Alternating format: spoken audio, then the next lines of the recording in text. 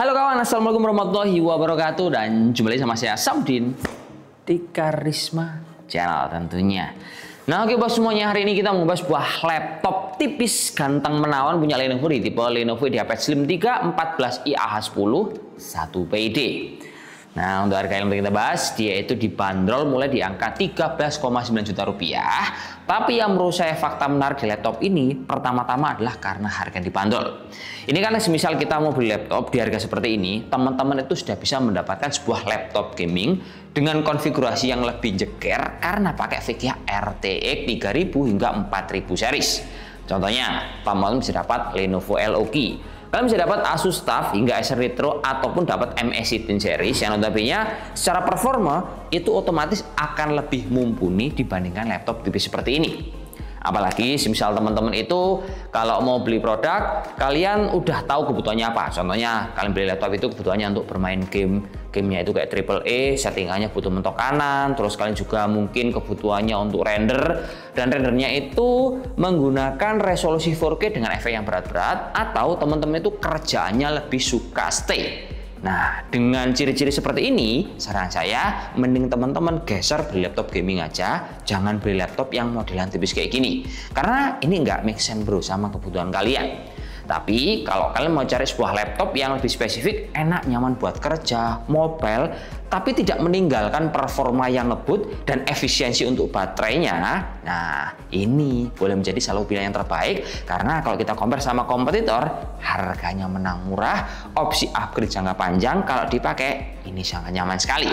Contohnya bro ya, kalau kita lihat ini laptop, dia itu sudah menggunakan prosesor Intel Core Ultra 7 yang terbaru tapi ngebut sama kayak laptop gaming, yaitu prosesor Intel Core Ultra 7 255H yang punya kecepatan maksimal di angka 5,1 GHz.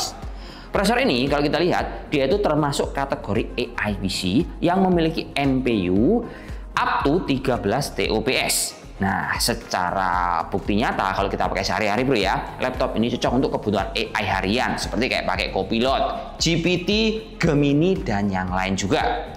Lanjut untuk VGA-nya, dia juga memiliki VGA Intel Agrafis 140T. Nah, VGA ini pun bro ya, dia menurut saya udah cukupan sekali. Semisal kebutuhannya bikin konten YouTube kayak saya ini bro ya, dia itu tidak perlu membutuhkan efek berat, resolusinya nggak perlu 4K tiap hari, ini udah sangat cukupan sekali.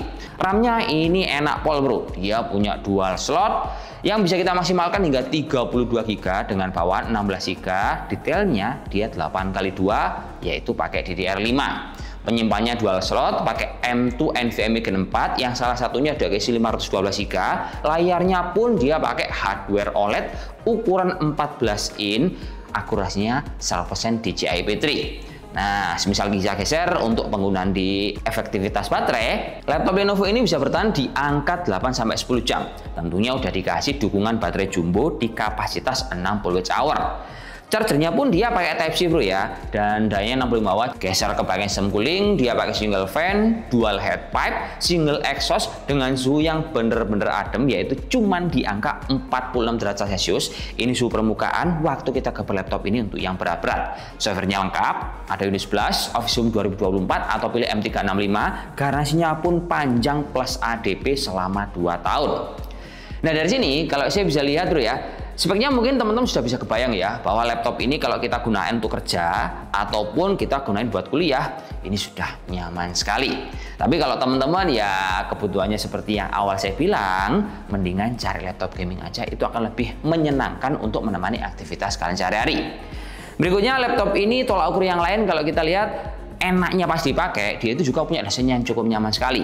Nah, seperti yang kita tahu, untuk varian IdeaPad Slim itu, dia itu punya bodi yang sangat compact. Tipis enteng menawan kayak gini bro ya, bobotnya cuma di angka 1,39 kg. Tebalnya hanya di angka 16,9 mm. Nah, jadi bodi laptop ini dia itu full berbahan aluminium. Casing ini tentunya sudah mengantongi sertifikasi Military Kit 810H. Lalu untuk colokan output dia dikasih lengkap semua. Posisinya terbagi di sebelah kiri kanan, didukung juga oleh konektivitas terbaru yaitu EV7 plus Bluetooth 5.4. Kameranya bagus bro, cocok untuk kebutuhan meeting online. Dia pakai hardware resolusi 1080p dan kamera ini juga bisa berfungsi untuk password login pas teman-teman ingin mengamankan data kalian. Contohnya bisa simak seperti ini. Nah, Gimana? Canggih kan? Menurut saya ini sangat canggih sekali bro. Seperti yang teman-teman lihat di bagian belakang saya, kita sudah bisa memanfaatkan background blur, eye contact sama auto framing. Jadi ini adalah salah satu fitur AI yang hanya bisa dilakukan kalau laptop kalian prosesornya ada NPU atau AI engine-nya. Jadi kalau buat meeting ini akan sangat membantu tampilannya supaya kelihatan jauh lebih profesional. Nah, di sisi audio, laptop ini dia juga paten kali bro, karena pakai stereo speaker, dia punya 2 watt kali 2 terbagi di sisi kiri kanan, terletak di bagian bawah gini bro ya, yang disempurnakan oleh Dolby Audio. Nah, jadi suaranya buat nonton film atau mendengar musik, wah ini istimewa sekali dengan contoh seperti ini.